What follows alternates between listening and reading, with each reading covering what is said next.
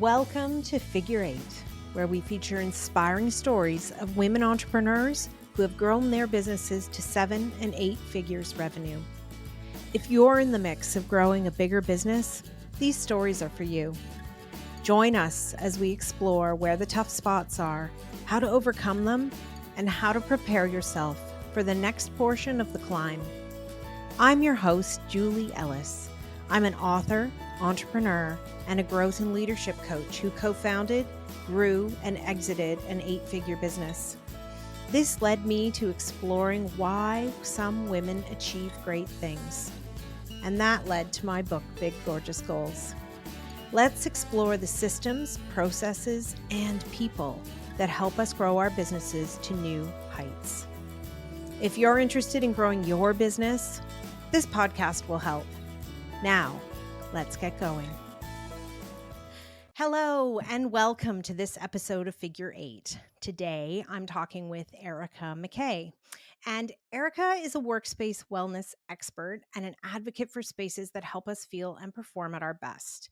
She's a registered interior designer, and she's really got a lot of experience in what I would say is the new workplace of today. So she's the founder and the CEO of Niche for Design. And right now she's focused on growing the impact of her team, the impact of her business, and growing her team. She loves to be a part of working on hybrid offices and flexible co-working spaces, and the opportunity to have how we create connection in those spaces and how we create connection in a hybrid work environment. So her business venture is really about embodying what the new work experience looks like. I am excited to talk to her today. And so welcome, Erika. Thank you so much for having me, Julie. I'm happy to be here. Thanks. So why don't you tell me a little bit about how you started in interior design and then how you came to sort of niche into the design area that you're in now? Yeah, so I have always been interested, we'll say, bordering on obsessed, even as a child, with how we can optimize space and kind of how the spaces we spend time in impact us and change the way we feel and how our day kind of functions, to the point that I was that kid drawing floor plans in all of my notebooks in like elementary school, and just everywhere I was, that just seemed to be top of mind for whatever reason. And so as a kid, I thought I would be an architect, was kind of my original plan. And then I discovered interior design and realized that that level of detail and intricacy in the built environment and that focus on the interior spaces was really appealing to me. So I went to school for interior design and worked in a few different areas of the industry. Worked for government, worked for an architect, did some hospitality design, hotels for a bit, which was a cool experience, and then started my company in 2012. And initially, like a lot of companies, I think we sort of did a bit of everything, which worked out well to start to get a feel of where we wanted to focus. But it became evident pretty early on that the needs of a commercial client are different than a residential client, and we wanted to focus on that area.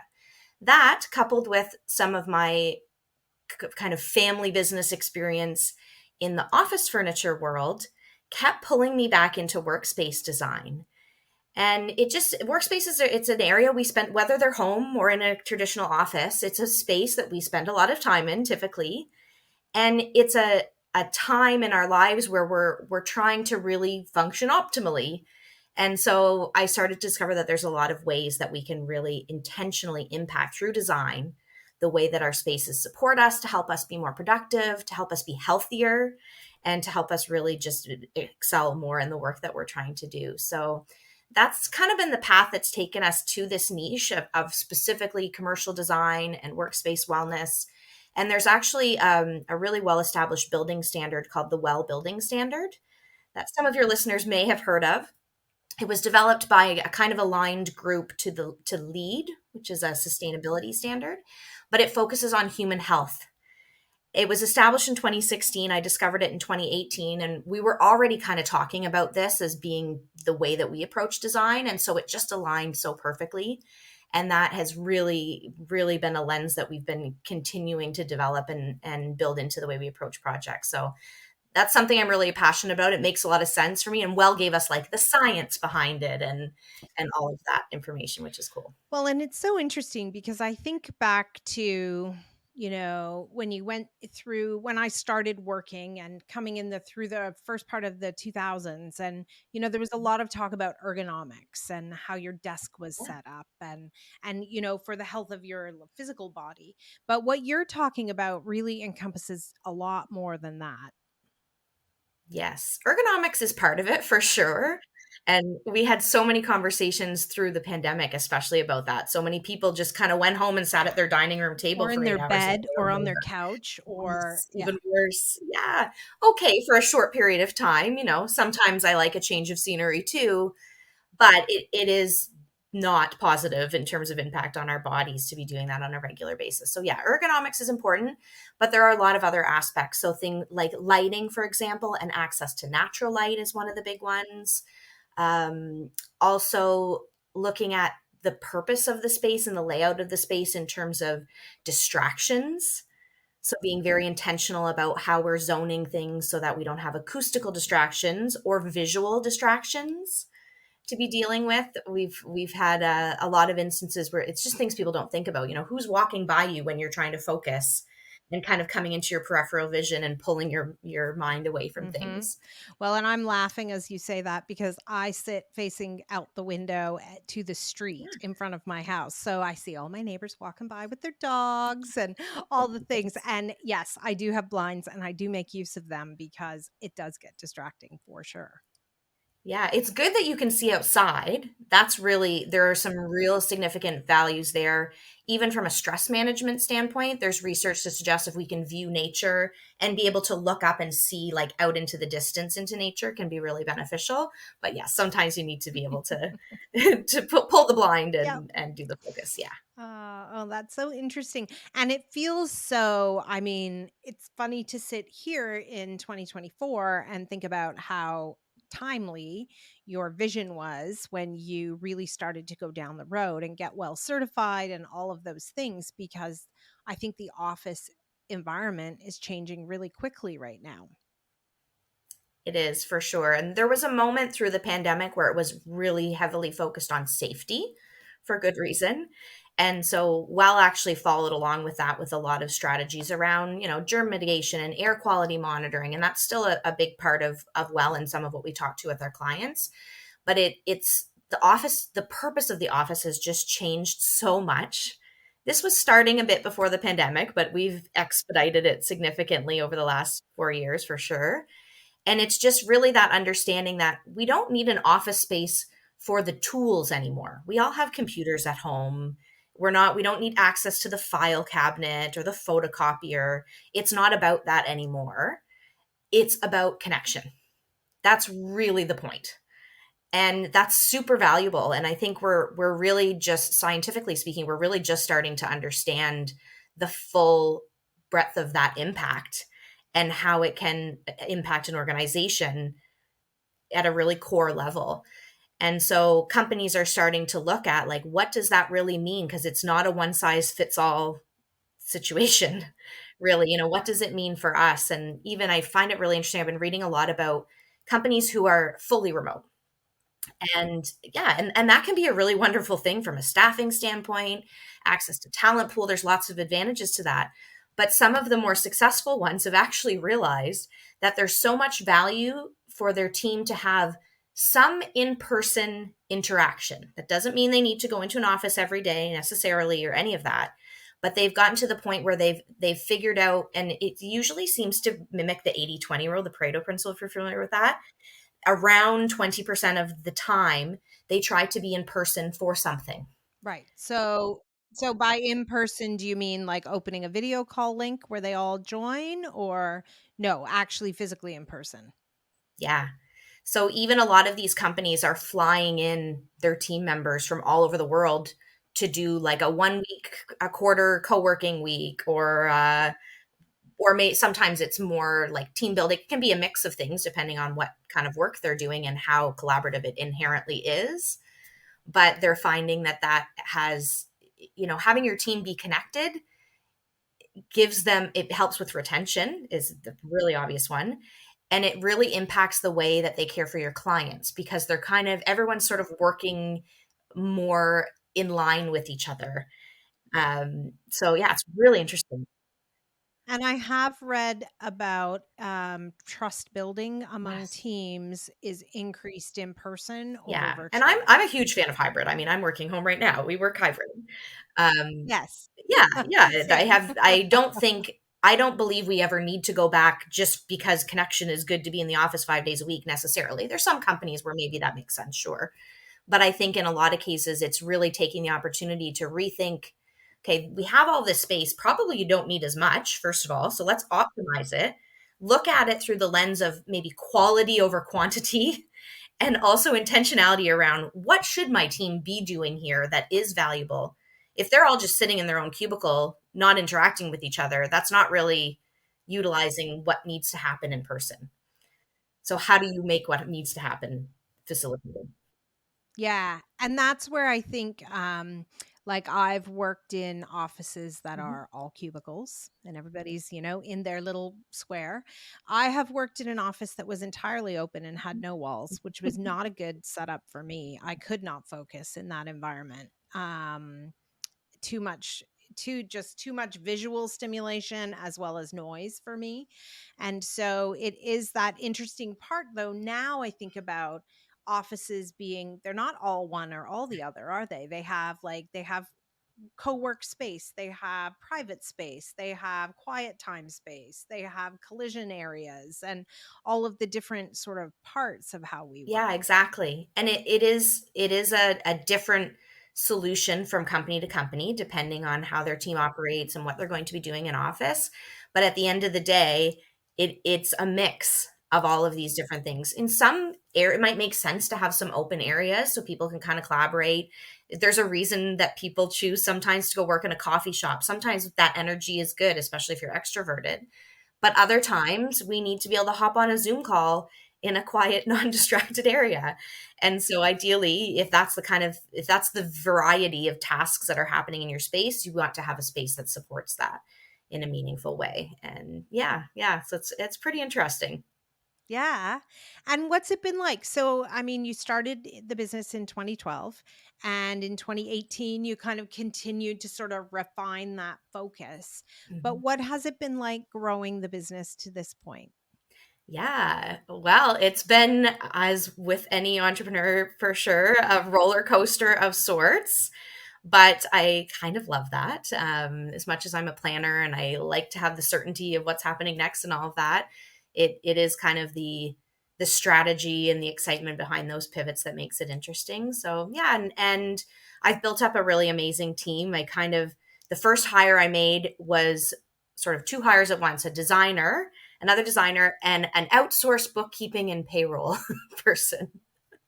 So it was like an exercise in understanding your strengths and what you want to be doing, and then also recognizing hiring someone, at least with the technical skills for design, was going to be most versatile to do the different tasks that were relevant for us at that time. And then from there, it's been kind of gradually realizing it's not just about it hasn't just been about hiring on credentials, but I've figured out more and more the importance of hiring based on like attitude and the values and the alignment. And that over the years has been so impactful and so helpful for us because then, I'm not, I don't like to micromanage and I don't need to because regardless, we have lots of processes and systems in place. But even regardless of those, if everyone kind of has a clear understanding of what we're doing, how we want our clients to feel, what's important to us and to those clients, the process is kind of inherent for the most part. Yeah. Yeah, which is a really great way when you think about how you want to build a culture in an organization. It really is about the people that you bring to the table and put on the bus, to use a term that's well known, and then you figure out what is the right seat for everybody. Yes, yeah, we do. When you say C2, we operate with EOS, so that was a lot of the EOS stuff we were kind of already doing, but that was really a nice tightening and refinement, bringing that in to agree. Yes, and EOS takes that from good to great. Totally, So, yeah. yeah. Yeah. which is, yeah, and I think it is interesting. And there are some jobs where you do need, a base level of skills has to be present. Yeah. But there are so many things that you can teach for somebody that has the right sort of attitude. Oh yeah. There's always a base level of skills, but yeah, you can't teach attitude. Yeah. Yeah, it's true. Yeah. And so now you have a nice happy addition to your family that's Yes. coming along in a couple of months. And so one of the things that we got talking about was what it's like for entrepreneurs to take maternity leave. And I know you're thinking a lot about how you're going to do it and what you're going to do. And so I'm curious to for us to chat a little bit about that. Yeah, your timing is impeccable because I feel like just in the last few weeks, I'm actually wrapping my head around what the game plan is. So takes some time, and it's, I think, different for every entrepreneur and depending on the way their business is structured. But this is my second. So I'm due with my second in August. And my first was born right in the depths of the pandemic, for better and worse. And so it was a different time then, it was easier in some ways. Like no one really knew I was pregnant. We were only meeting virtually. Right. So that's Because you were different. seeing Yeah. seeing you in the square. Yeah. So that was a very different experience from particularly on the like client and business development side of things. Um, but as far as it relates operationally to what's happening, even it was easy for me to come back sooner in some ways because it was all virtual anyways. So I've really had to put some thought into making sure my main goal is that I want to make sure my team feels like they're supported and I'm not disappearing. Obviously, you're never going to be 100% out, but having some clear expectation around what I will be able and willing to do and when, which is it's difficult and it's mainly it's such an unpredictable thing. I don't know exactly what day I will be 100% off. Right. Um, but we've figured out kind of who's going to be filling in parts of my role and when, and we'll be transitioning into that at the beginning of August. So there's a bit of a buffer time to so I'm still there, even though I'm not necessarily acting in some of the capacities that I do day to day. And then, yeah, I mean, it's funny. It's so many people ask me about that aren't entrepreneurs, especially ask me about that. Like, oh, that's awful. Like, you don't get to really take a mat leave. And I think at some moments I've felt a little bit of jealousy of like being able to take a typical one, but at the same time, I kind of like that I get to make it my own. And I don't know that I would want to be completely out. Um, I need to be able to keep in it a little bit and keep myself excited and motivated about what we're doing next. And so, yeah, it's a process. Well, and setting up a team that you can step out and let them continue to run the business for the period of time that you want to take off is a job in itself, really. For sure. It is for sure. Um, and making sure that they're clear on what that looks like how much you're stepping out and when. I mean, I've at various points been more and less essential day to day, just depending on where we're at with workloading and the team and everything. And to be honest, that's been actually a really wonderful blessing in disguise sort of situation sometimes because it makes sure that you have a clear understanding of how all aspects of the business are operating. And so similarly, I'm approaching it with my team to have similar value. Here's an opportunity to expand your role a little bit and we can kind of see where this goes from here and that might lead to further growth and development for them on an individual basis and as a whole. Yeah. And it's where I think you can also see the possibilities of, if you want to think about is your business saleable? I mean, that's also a place where the acquirer wants to know the business could run without you. Right? So there are similarities in how you can think about things, but it is that interesting piece of like deciding what you want out of this time after you have the baby and then figuring out how to set the business up so that you aren't sort of dragged back in. You think you're at the end of the emails and the phone for the quick questions, but that can lead to kind of getting dragged back into the deep end too. So how you figure out what you want and set barriers and set people up for success also so that you can be out. Yeah, and most entrepreneurs, or most that I know anyways, that are building their business, scaling their business intentionally and so forth, that is the goal. You want to be able to pull yourself out of the essential day-to-day stuff. So for me, this is a good we had a big staffing change earlier in the year that did pull me into some more day-to-day than I had been doing in months previous. Which was a good experience, but this is now my opportunity to figure out, okay, have we figured out a new way for me to pull out of this in the short term? And you're right, that is such an amazing opportunity to kind of test that. Like, I'm 37 years old. I'm not retiring anytime soon, but I also think there's merit in giving me the ability to focus as CEO of the company on some of our bigger picture opportunities, the things that aren't necessarily the random phone call in the middle of the day. So it's Well, fantastic. and this strategic thought of, okay, I'm stepping out. How do I want to be when I come back? What do I want my role to look like? Because it's also like an opportunity of you don't have to step back in and do all the things you're doing right now. Yes, You have exactly. to plan for how you're not going to, but there is a real opportunity in that in terms of, if you can hire the right team, download the work properly and get things working, then when you come back, what is the next realm of possibility that you want to explore? Absolutely. And we're always writing new processes and refining our processes, but what better way to motivate ourselves to really get things nailed down? The more I can make sure everyone's clear on what they need to do and this process is good, the more I can kind of step out and focus on myself and the baby. And then as I go back in, hopefully be able to do some of the more bigger picture projects that sometimes get back burner otherwise when you're pulled into day to day. Yeah. And you will, I mean, I think the second mat leave is different than the first one. Like just from a family life perspective, it's a busier and there's more moving parts and all of those pieces as well.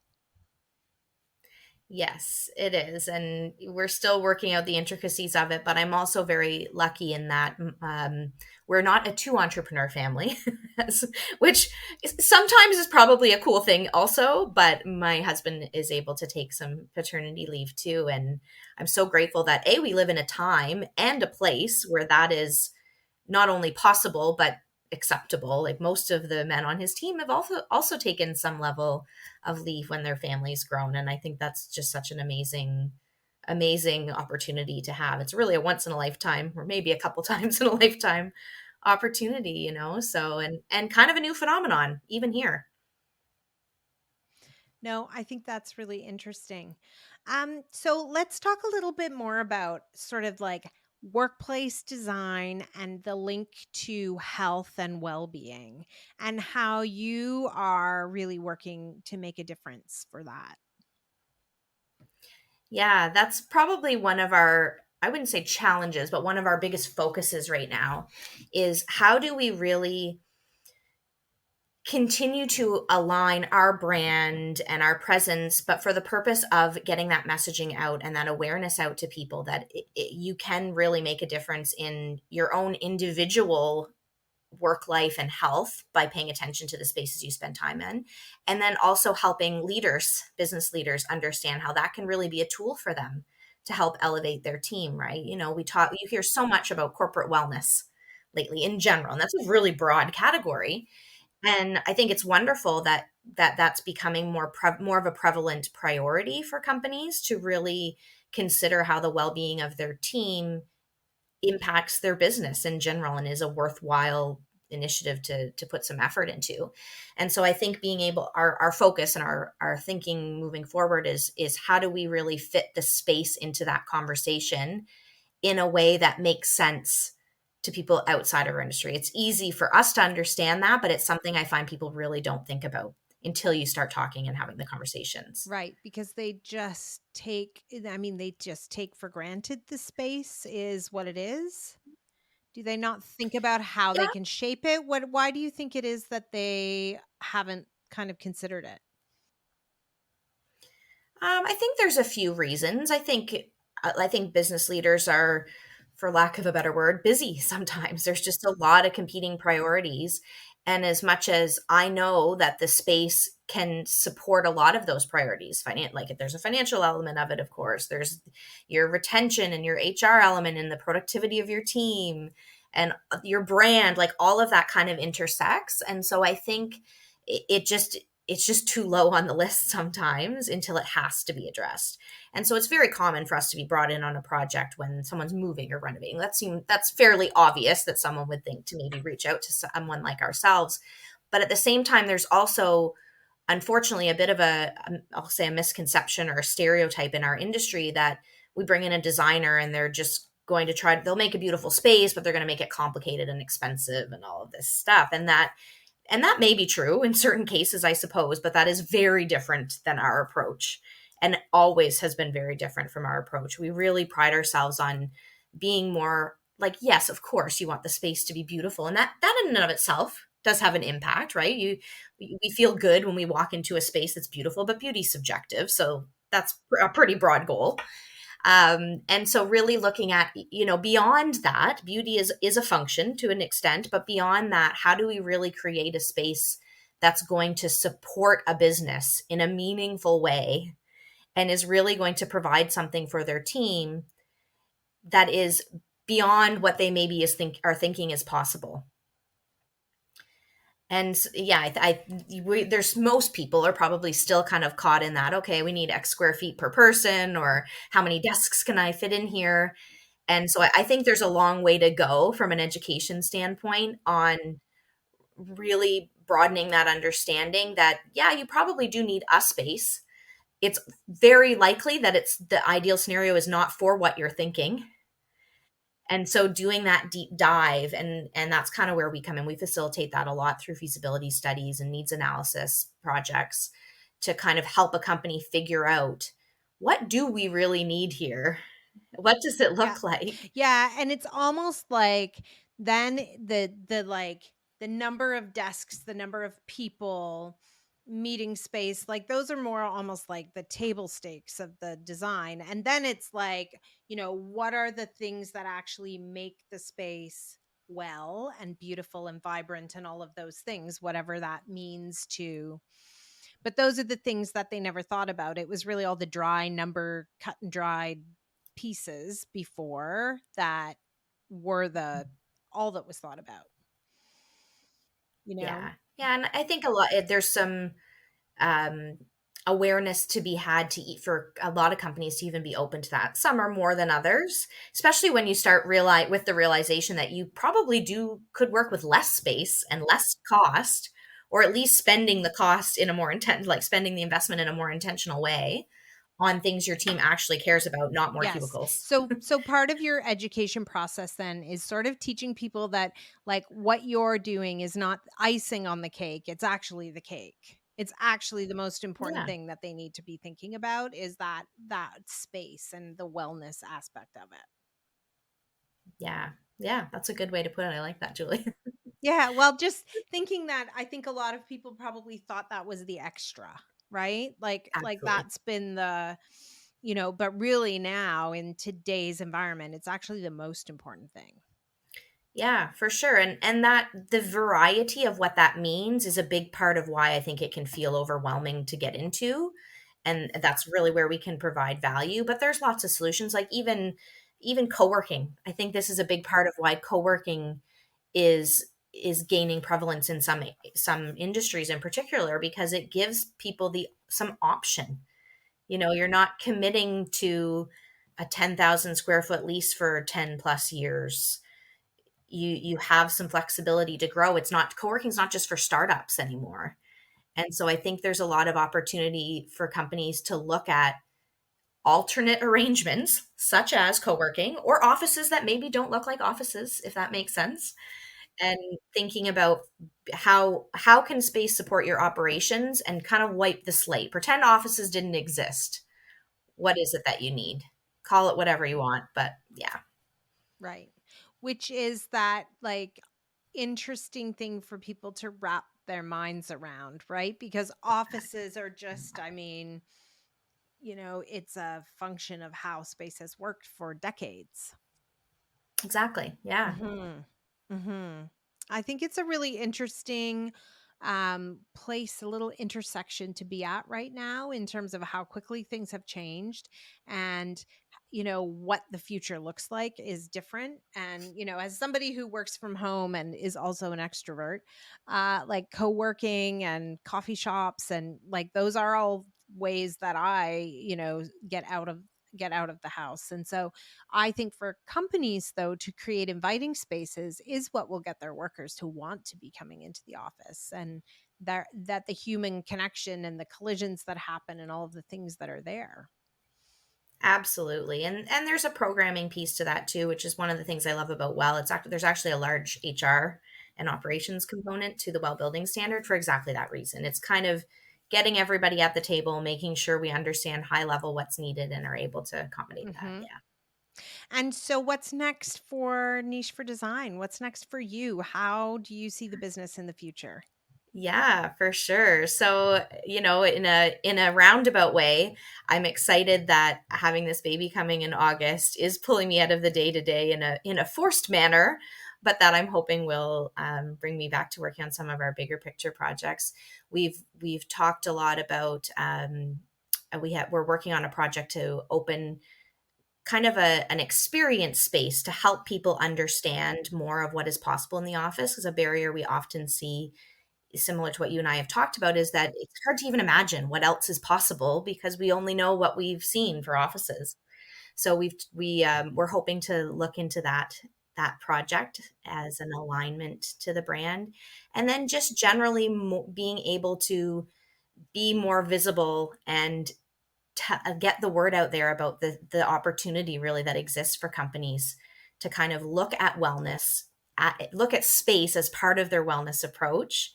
One of the, I forget where I read this statistic. I think it might have been a Well thing, but if you look at corporate wellness initiatives, if you're well certifying or really doing anything to really factor in wellness into the space and people are there, you have an inherent 100% participation in that, right? And so that's a big opportunity in and of itself. And so really helping people understand how to capitalize on that, and looking at our service offering and providing different ways to help businesses do that. Whether or not they're taking on a big reno, it doesn't necessarily need to be that. There are many ways that you can look through the lens of wellness and optimization in making some modifications. It doesn't necessarily mean you're moving or doing anything drastic. So yeah. Yeah. So yeah, getting word out into the world. And I think having a lab kind of space would be really interesting for people to go and see and break down their sort of preconceived notions of what it can be. Yeah, for sure. And I think there's some really interesting kind of research and case study opportunities we can do with that. So it's been something we've been working on in the background that's kind of coming together. Yeah, so watch for that for sure. Yeah, definitely. Well, I think you're really on the edge of like what the modern workplace is, forming up to look like. And it will be a really interesting journey for you now as you come back and start to really grow this business. Yes. Thank you, Julie. It's good. Well, thank you so much for joining me today. I really appreciate it. We had a great conversation, and I look forward to checking in with you and hearing how baby and the mat leave go. Wishing you all the Thank best. you. Thank you so much. Yes. Okay, take care. I hope you enjoyed today's episode. Please remember to hit subscribe on your favorite podcast platform so you won't miss any episodes. Figure 8 isn't just a podcast. It's a way of seeing the big, gorgeous goals of women entrepreneurs coming to life. If you're interested in learning more, you can find my book, Big Gorgeous Goals, on Amazon anywhere you might live. For more about my growth and leadership training programs, visit www.julieellis.ca to see how we might work together. Read my blog or sign up to get your free diagnostic. Are you ready for growth? Once again, that's www.julieellis.ca. When we work together, we all win. See you again soon for another episode of Figure 8.